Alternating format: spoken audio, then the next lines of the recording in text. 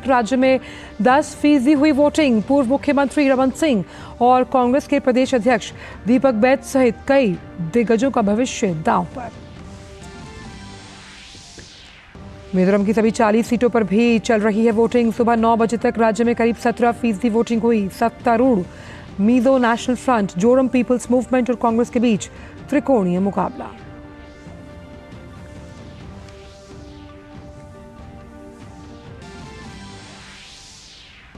प्रधानमंत्री आज 3 राज्यों में करेंगे चुनावी जनसभाएं। छत्तीसगढ़ के विश्रामपुर, मध्य प्रदेश के सीधी और तेलंगाना के हैदराबाद में होनी है जनसभाएं। वहीं राजस्थान में अमित शाह पार्टी के लिए करेंगे प्रचार। अन्य दलों का भी धुआंधार प्रचार जारी।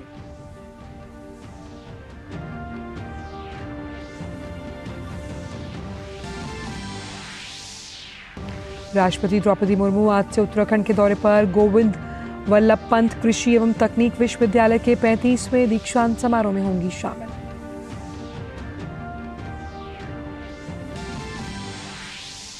दिल्ली एनसीआर में बढ़ते प्रदूषण पर सुप्रीम कोर्ट में आज सुनवाई। पिछली सुनवाई में दिल्ली, पंजाब, हरियाणा, उत्तर प्रदेश और राजस्थान से पूछा था एयर क्वालिटी सुधारने के लिए क्या कदम उठाए।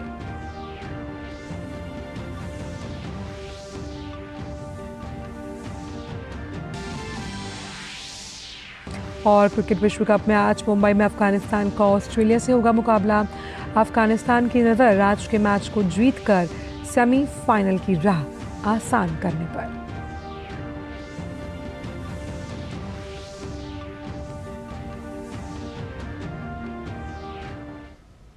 नमस्कार, आप देख रहे हैं डीडी न्यूज। मैं हूं आंचल गुलाटी गुंबर। जानते हैं सभी खबरों को विस्तार के साथ। बात छत्तीसगढ़ विधानसभा चुनाव की, जिसके पहले चरण के लिए मतदान जारी है। पहले चरण में 11 जिलों की 20 सीटों पर वोटिंग हो रही है।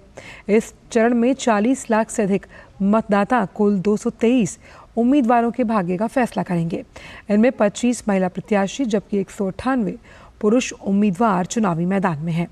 10 सीटें मोहला मानपुर, अंतागढ़, भानुप्रतापपुर, कांकेर, केशकाल, कोंडागांव, नारायणपुर, दंतेवाड़ा, बीजापुर और कोंटा में मतदान सुबह 7 बजे से शुरू हो गया, जो कि दोपहर 3 बजे तक चलेगा। वहीं बची हुई 10 सीटें खैरागढ़, डोंगरगढ़, राजनांदगांव, डोंगरगांव, खुज्जी, पंडरिया, कवर्था, बस्तर, जगदलपुर और चित्रकूट में वोटिंग सुबह 8 बजे शुरू होकर शाम 5 बजे तक चलेगी। पहले चरण की 20 विधानसभा सीटों में 7 सीट सामान्य, 1 सीट अनुसूचित जाति, 12 सीट अनुसूचित जनजाति के लिए आरक्षित। इन सभी विधानसभा सीटों पर कई बड़े नेताओं की किस्मत भी दांव पर। निर्वाचन आयोग ने शांतिपूर्ण मतदान सुनिश्चित करने के लिए सुरक्षा के व्यापक प्रबंध किए हैं। सुबह 9:30 बजे तक जिलेवार वोटिंग की स्थिति की अगर बात की जाए तो बस्तर 4.89%, बीजापुर 4.5%, दंतेवाड़ा में 10% से ऊपर, कबीरधाम में 12.5%, खैरागढ़ 6%, कोंडागांव 13% से ज़्यादा, मौला मानपुर 9%, नारायणपुर 11%, राजनांदगांव में 8% से ज़्यादा, सुकमा में 4% और कांकेर में सबसे ज़्यादा 16.48% वोटिंग है और सुकमा में सबसे कम 4.21% का मतदान हुआ है। तो बस्तर के जगदलपुर में भारी संख्या में मतदाता अपने मताधिकार का उपयोग करने के लिए पहुंच रहे हैं। बीजेपी उम्मीदवार किरण देव ने भी मतदान किया।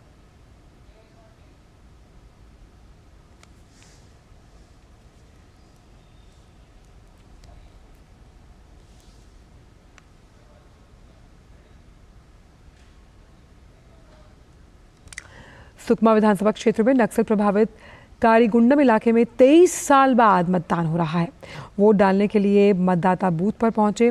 कारीगुंडम इलाके में चुनाव शांतिपूर्ण ढंग से कराने के लिए मतदान की प्रक्रिया सीआरपीएफ 150 बटालियन और जिला बल के सुरक्षा घेरे में करवाई जा रही है।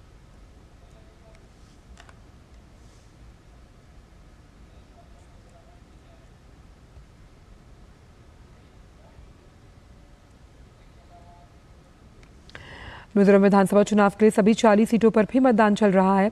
मिजोरम में 8.52 लाख से अधिक मतदाता कुल 174 उम्मीदवारों के भाग्य का फैसला करेंगे। मिजोरम में इस बार चुनावी मैदान में 174 उम्मीदवारों में से 18 महिलाएं उम्मीदवार हैं, जबकि 156 पुरुष उम्मीदवार अपनी किस्मत आजमा रहे हैं। सत्तारूढ़ मिजो नेशनल फ्रंट, कांग्रेस और जोरम पीपल्स मूवमेंट सभी 40 सीटों पर उम्मीदवार उतारे गए हैं। वहीं भाजपा 23 क्षेत्रों में चुनाव लड़ रही है। सुबह 9 बजे तक राज्य में करीब 17% वोटिंग होने की खबर है।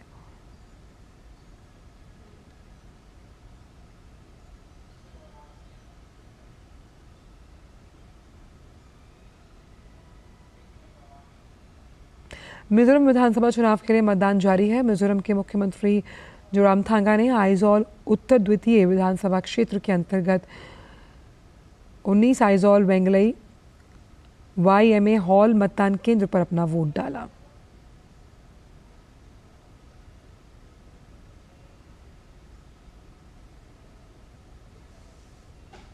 बात छत्तीसगढ़ की, जिसके दूसरे चरण के लिए सभी स्टार प्रचारक धुआंधार प्रचार कर रहे हैं। प्रधानमंत्री आज 3 राज्यों में चुनावी जनसभाएं करेंगे। सबसे पहले प्रधानमंत्री छत्तीसगढ़ के विश्रामपुर में सुबह 11 बजे जनसभा को संबोधित करेंगे। दूसरे चरण के लिए 17 नवंबर को 70 सीटों पर वोटिंग होगी और 3 दिसंबर को मतगणना। बाद में प्रधानमंत्री मध्य प्रदेश के सीधी में भी जनसभा करेंगे। मध्य प्रदेश में एक ही चरण में होने वाली सभी 230 विधानसभा सीटों पर 17 नवंबर को मतदान होगा। उधर तेलंगाना में भी विधानसभा चुनाव के लिए प्रचार अभियान में तेजी आ गई और कई नेता प्रचार में शामिल हो रहे हैं। भाजपा के वरिष्ठ नेता और प्रधानमंत्री आज हैदराबाद में एक जनसभा को संबोधित करेंगे। तेलंगाना में एक ही चरण में 30 नवंबर को मतदाता अपने मत अधिकार का उपयोग करेंगे।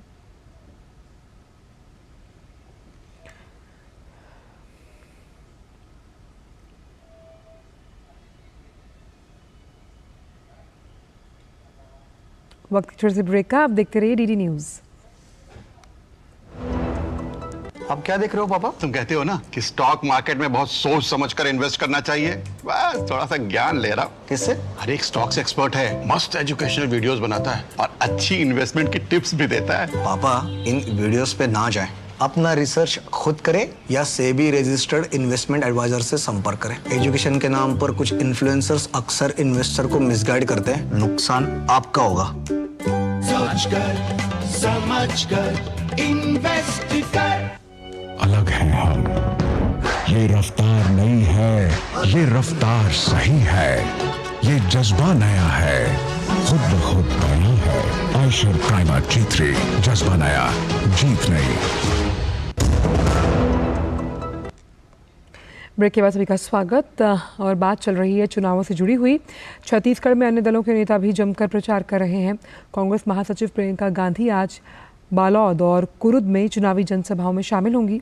वह दोपहर में रायपुर पहुंचेंगी, उसके बाद बालोद में आम सभा में शामिल होंगी।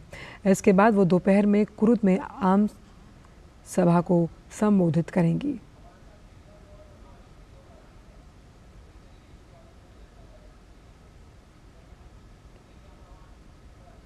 और चुनावी माह कवरेज पर डीडी न्यूज़ लगातार आपको अपडेट कर रहा है और हमारे साथ हमारे 2 संवाददाता जुड़े हुए हैं बात करने के लिए। हमारे साथ छत्तीसगढ़ राजानंद से जुड़े हुए हैं अश्विनी मिश्रा और आइजोल से जुड़े हुए हैं हमारे संवाददाता विक्रमजीत सिंह। विक्रम, आपके पास आना चाहेंगे। ख़ास तौर पर युवाओं का बहुत बड़ा रोल होता है जब हम वोटिंग प्रक्रिया की बात करते हैं।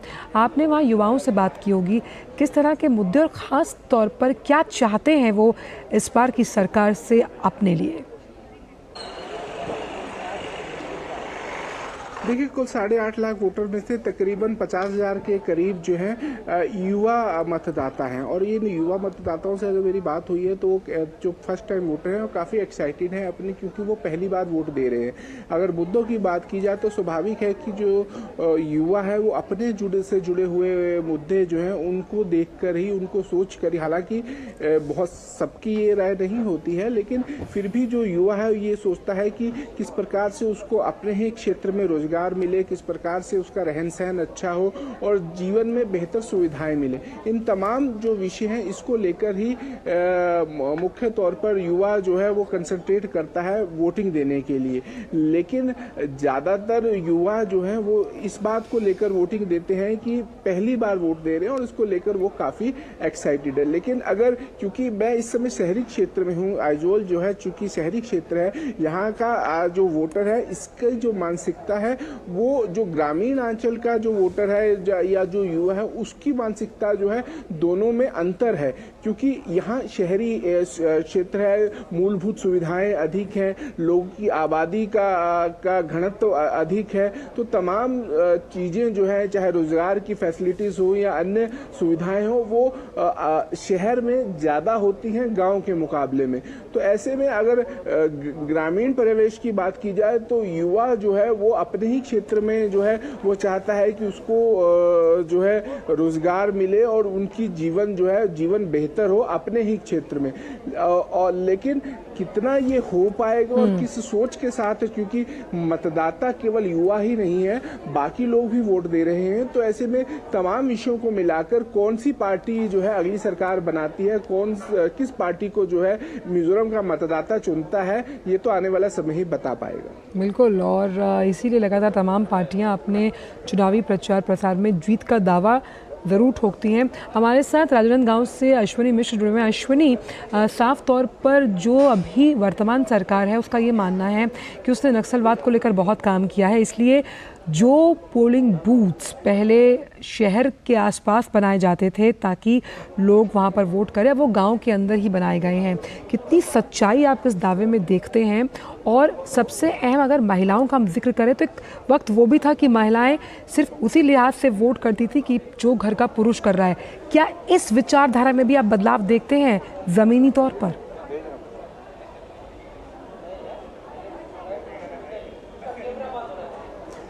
निश्चित तौर से आंचल एकदम ये 100% सही है कि बहुत सारे ऐसे इलाके हैं करीब, जैसे इससे पहले करीब गुंडा की बात की गई, और जहां पर पहली बार 23 वर्षों में राज्य गठन के बाद मतदान हो रहा है और वहां पर पोलिंग का कार्य सुनिश्चित तरीके से, सुचारू तरीके से, सुरक्षात्मक तरीके से किया जा रहा है। अभी जो आंकड़े आए हैं वो बड़े अच्छे हैं, वो शेयर करना बेहद ज़रूरी लगता है। जो भी जितने ज़्यादा नक्सल प्रभावित क्षेत्र हैं वहाँ पर अब तक मतदान के जो आधिकारिक आंकड़े जारी किए गए इलेक्शन कमीशन द्वारा स्टेट, उसमें अगर सबसे ज़्यादा देखें अंतागढ़ 17.44%, भानु प्रतापपुर 16.9%, कांकेर 15.09%, केशकाल 12.84%, दंतेवाड़ा 10.18%। वहीं पे अगर जहाँ पर इन सभी क्षेत्रों में 7 बजे से मतदान शुरू हुआ है, 1 घंटा पहले शुरू हुआ, लेकिन जहाँ अन्य क्षेत्रों की बात करें तो वहाँ पर मतदान कम हो रहे हैं।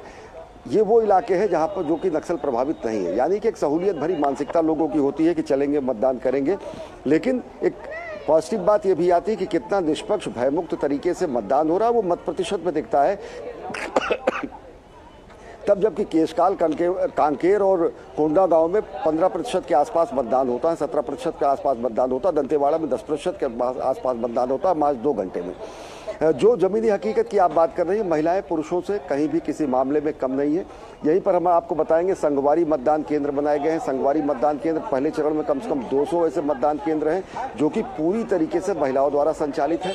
महिला ही वहाँ पर रिटर्निंग अफसर है, महिला ही वहाँ पर पोलिंग अफसर है, महिला ही वहाँ पर जो सुरक्षाकर्मी है वो उस मतदान प्रक्रिया को सुचारू रूप से तय कर रही है।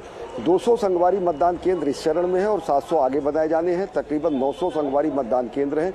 यहाँ पर अगर हम देखें तो जो शिरकत आप देखेंगे तो सबसे बड़ी संख्या में महिलाएं ही सुबह से आ रही, जबकि बहुत सारे उनके दैनिक कार्य होते हैं, बहुत सारी जिम्मेदारियां होती, पारिवारिक जिम्मेदारियां होती हैं। पुरुषों से ज़्यादा बढ़ चढ़ कर मतदान में हिस्सा अगर ले रही हैं, महिलाएं ले रही हैं, युवा वोटर्स ले रहे हैं, फर्स्ट टाइम वोटर्स ले रहे हैं, बड़ी संख्या में बुजुर्ग भी आ रहे हैं, जबकि बुजुर्गों को ये उम्मीद है कि बुजुर्गों को उनके घर पर ही मतदान कराए जा सकते हैं। ऐसी व्यवस्था की गई है और बहुत सारे बुजुर्गों ने घर पर मतदान किया। और देखिए हम आपके पीछे देख पा रहे हैं, देखिए कितना अच्छा दृश्य है, संख्या में लोग यहाँ पर पहुंच रहे हैं। अश्विनी, आपके पीछे हम दृश्य देख पा रहे हैं। प्रभावित क्षेत्रों में बढ़ा हुआ मत प्रतिशत शुरुआती 2 घंटे का ये बताता है कि जबरदस्त उत्साह है और जबरदस्त उत्साह हम आपके पीछे भी देख पाए। देखिए सेल्फी ले रहे हैं, वही जी बात करेंगे। माता जी, बहन जी, आप अगर कुछ शेयर करना चाहें। ये हम देख पा रहे हैं उत्साह है कि सेल्फी पॉइंट्स जो बनाए गए हैं। चाहेंगे कि आप माता जी एक चीज ये बताएं। हाँ, सेल्फी पॉइंट बनाए गए हैं, स्वीप है, और साथ ही साथ यहाँ पर और सब जो बच्चे हैं उनको भी बताएंगे जो फर्स्ट टाइम वोटर्स हैं। बहन जी ये बताएं कि बगैर किसी राजनीतिक दल का नाम लिए हमारी तरफ मुखातिब हो प्लीज़, ये पूछा जा रहा है कि महिलाओं में कितना उत्साह है, सब बढ़ चढ़ के हिस्सा ले रही हैं आप लोग? उत्साह है, मतदान में तो उत्साह रहता है सभी को और रहना भी चाहिए जी, अच्छी बात है। ये भी एक त्योहार है हमारे लिए। आपके लिए त्योहार है, और जबकि सबसे ज्यादा हम देख रहे हैं आप लोगों की शिरकत है, सारा काम धाम निपटा के एकदम सुबह से ही हाँ आप लोग जी आ गए। बिल्कुल, घर में बच्चे को छोड़ के आए मतदान करने। चले यही तो बात है ना कि लगातार ये कहा जा रहा है कि पहले मतदान, उसके बाद जलपान या फिर कोई और घर का काम। तो ये बहुत अहम बात है, और ये सेल्फी जोन इस बात को इंगित और परिलक्षित कर रहे हैं कि जो लगातार आह्वान निर्वाचन आयोग द्वारा किया गया कि निष्पक्ष और निडर होकर आप निकलिए ना घर से बाहर और इस लोकतंत्र के पर्व में अपना हिस्सा दीजिए, तो आप जिस बदलाव की ओर इशारा करते हैं वो ज़रूर आएगा। बहुत बहुत शुक्रिया अश्विनी आपका, और साथ ही साथ विक्रमजीत आपका इन तमाम चुनावी अपडेट्स को हमसे साझा करने के लिए, क्योंकि आज छत्तीसगढ़ में वोटिंग प्रक्रिया चल रही है, मिजोरम में चल रही है, तो वहाँ से हमने आपको लिए चुनावी अपडेट्स साझा किए। लेकिन राजस्थान की भी बात कर लेते हैं, जहाँ अब प्रचार एकदम तेज़ हो गया है, क्योंकि उल्टी गिनती शुरू हो गई है वहाँ पर भी वोटिंग को लेकर। कुछ ही दिनों में वहाँ पर भी वोटिंग है। तो केंद्रीय गृह मंत्री अमित शाह आज राजस्थान के 3 विधानसभा क्षेत्रों में चुनावी रैलियां करेंगे। कुचमन, मकराना और बत्सर विधानसभा क्षेत्रों में अमित शाह चुनावी रैलियों को संबोधित करने वाले हैं। तीनों विधानसभा क्षेत्रों में पहले जनसभा और फिर रथ सभा कार्यक्रम का आयोजन किया गया। राजस्थान के सभी 200 विधानसभा क्षेत्रों में 25 नवंबर को मतदान होगा और 3 दिसंबर को मतगणना की जाएगी। अब रुक करते हैं चुनावी खबरों से कुछ इतर खबरों की। राष्ट्रपति द्रौपदी मुर्मू आज से उत्तराखंड के 3 दिवसीय दौरे पर हैं। इस दौरान राष्ट्रपति आज पंतनगर के गोविंद वल्लभ पंत कृषि एवं प्रौद्योगिकी विश्वविद्यालय के 35वें दीक्षांत समारोह में छात्रों को संबोधित करेंगे।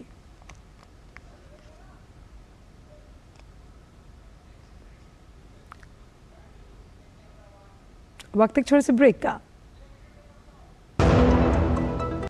अलग हैं हम, ये रफ्तार नई है, ये रफ्तार सही है, ये जज्बा नया है, खुद ब खुद नया है। आयशर प्राइमर G3, जज्बा नया, जीत नई।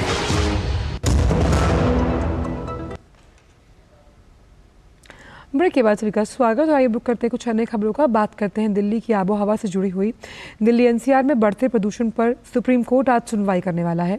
31 अक्टूबर को सुनवाई के दौरान कोर्ट ने दिल्ली में हवा की खराब गुणवत्ता पर चिंता जताते हुए दिल्ली, पंजाब, हरियाणा, उत्तर प्रदेश और राजस्थान को निर्देश दिया था कि वे हलफनामा दाखिल कर बताएं कि वायु गुणवत्ता सुधारने के लिए क्या कदम उठाए जा रहे हैं।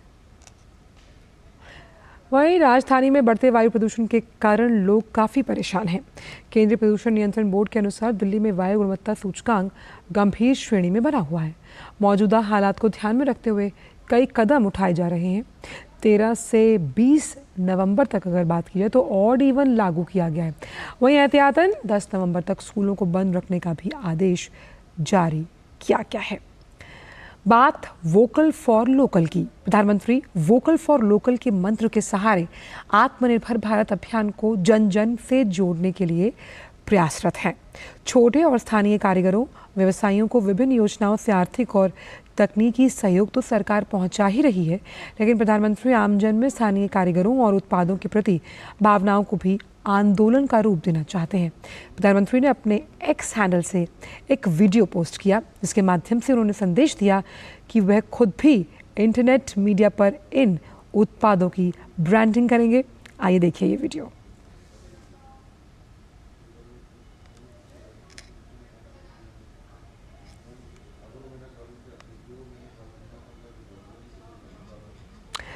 तो जब हम बात करते हैं वोकल फॉर ग्लोबल की, फूलमाला को गढ़ने और रचने वालों के व्यवसाय में 2 गुनी वृद्धि हुई है। वहीं भगवान के वस्त्र बनाने वालों के कार्य से लेकर धार्मिक प्रतीक के झंडों की बिक्री भी। सोशल मीडिया का युग है जहाँ हर कोई स्टोरी टेलर है। सोचिए अगर हमने किसी अपने की स्टोरी डाल दी और उसकी जिंदगी एकदम ब्लॉकबस्टर हो जाए तो कितना अच्छा रहेगा रे। अरे दिवाली है, बहुत सारा काम पड़ा है, चलिए चलते चलते बातें करते हैं। अरे वाह, कितनी बढ़िया रोशनी है। कहाँ से ली? वो अपनी मनीषा काकी है ना, उनके यहाँ से ही लिया है। ओह, सभी का घर करे रोशन, कलानगर की मनीषा काकी। Hashtag vocal for local. सुनिए वो, अरे वाह, कुर्ता तो बहुत अच्छा है स्मार्टू। यस वैसे तुम्हारी साड़ी भी बहुत अच्छी लग रही है मिसेस स्मार्टू, है ना? राज की बात बताऊं, हम दोनों को स्मार्ट पता है कौन बनाता है? कौन? अपने श्याम ब्रदर्स। अच्छा, yes. Selfie? Oh of course. Smile. सबको स्मार्ट बनाए।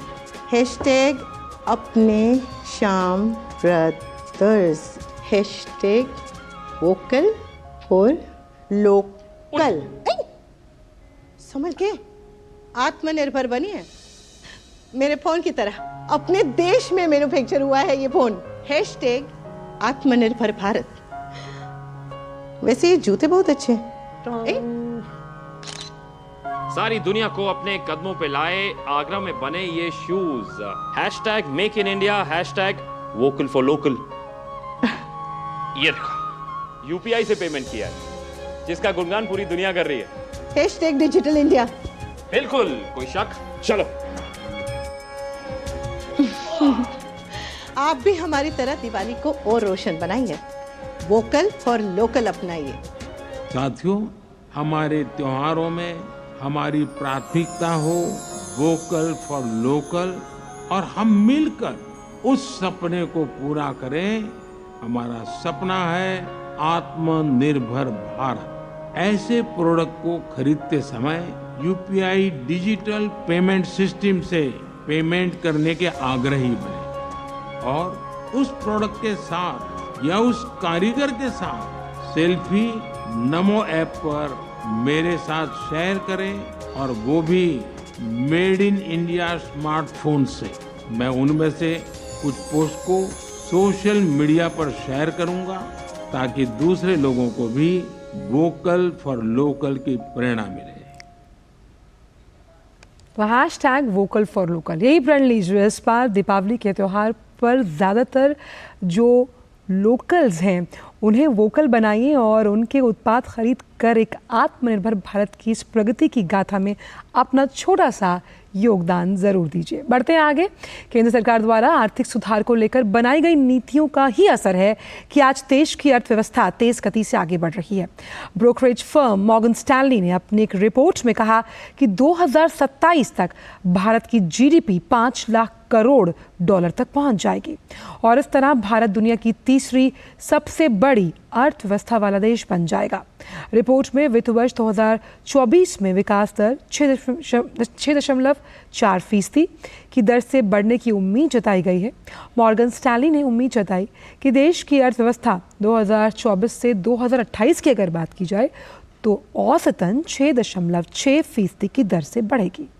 रिपोर्ट में कहा गया कि वैश्विक विकास में भारत का महत्व बढ़ा है।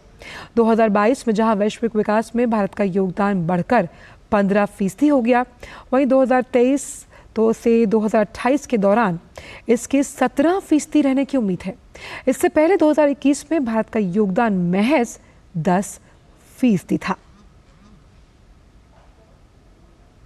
बात फिच की रेटिंग की करें तो उसने 2019 से 2027 के बीच भारत की औसत विकास दर के अनुमान को 0.7% बढ़ाकर 6.2% तक कर दिया।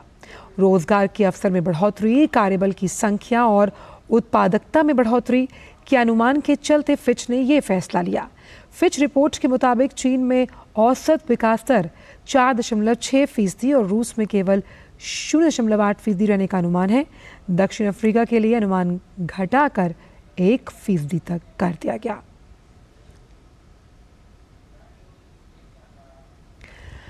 सूचना एवं प्रसारण मंत्री अनुराग सिंह ठाकुर मध्य प्रदेश के दौरे पर हैं। अनुराग ठाकुर ने कहा कि भारतीय जनता पार्टी की सरकार ने मध्य प्रदेश को बीमारू राज्य से निकाला और आज प्रदेश का चौमुखी विकास हो रहा है। भारतीय जनता पार्टी की सरकार ने मध्य प्रदेश को बीमारू राज्य से निकालकर एक ऐसी गति दी है जो चहुमुखी विकास मध्य प्रदेश का हुआ। सड़कों के निर्माण से लेकर सिंचाई योजनाओं के लगाने तक, कृषि में नंबर 1 बनाने से लेकर अब निवेश में भी एक अग्रणी राज्य बनाते हुए संपन्नता की और समृद्धि की ओर मध्य प्रदेश को ले जाना भारतीय जनता पार्टी की एक बहुत बड़ी उपलब्धि है। अनुराग ठाकुर ने कहा कि केंद्र सरकार के लगातार प्रयासों से महंगाई में कमी आई है। सरकार ने लगातार प्रयास किए। जब सीजनल दिक्कत आती है, फॉर एग्जांपल बीच में थोड़ी देर के लिए टमाटर की शॉर्टेज दाम बढ़े तो सरकार ने इंटरवीन करके वहाँ स्टेबलाइजेशन फंड का उपयोग किया। अब इसी तरह से ही आटे को भी कम करके 27.5 रुपये में देने का भारत आटा ये भारतीय जनता पार्टी की सरकार ने शुरू किया। और फिलहाल समाचारों में इतना ही। दीजिए इजाजत, नमस्कार।